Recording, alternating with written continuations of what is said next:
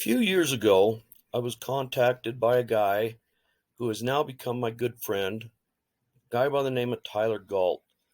He was in the process of building a quarter scale Spirit of St. Louis, all in the bare bones frame for the visitor center at the Triple Tree Aerodrome.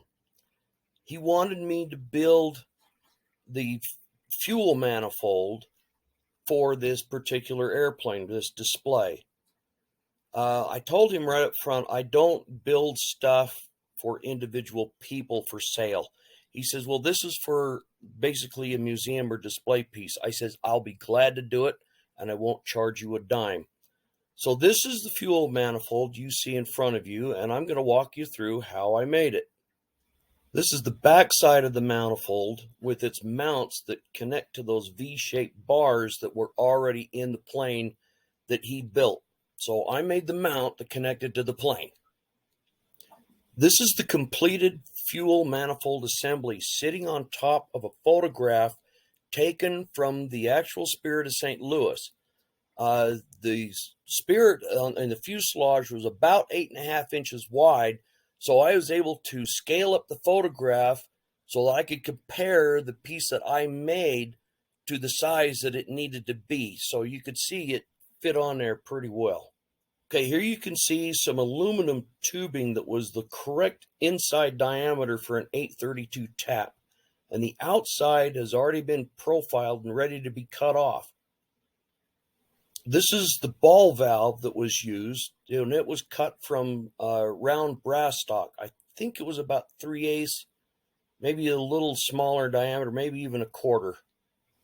The handles to these valves were made out of a piece of scrap brass that I had laying around, profiled, and later on will be cut off with a slitting saw. This is the cutting off of those handles for the valves.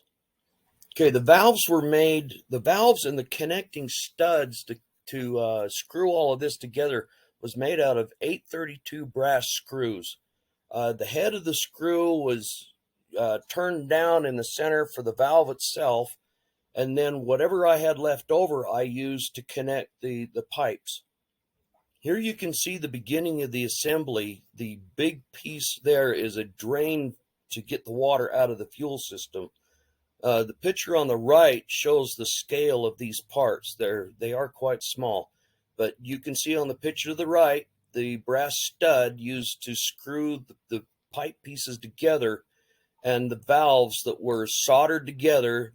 And believe it or not, they actually turn. Of course, they're not functional, but something fun to play with. The bottom nut that's on these valves, I made by hand. They're all scratch made. And this is a picture of some of the plumbing going together. And here's almost the final assembly. Those pieces need to be put together on that drain valve to get the water out of the system, and I believe I did that with some JB Weld and then airbrushed over it.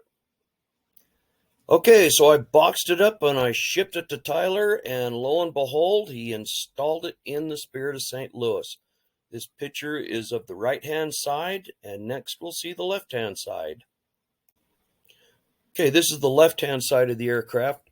You can see the short pipes, or supposedly pipes, that are coming off there in copper. Those are all hidden or connected with a piece of rubber tube to the rest of the plumbing with the aircraft. The ones that go vertical behind the instrument panel, of course, you can't see, but it all fit in there beautifully.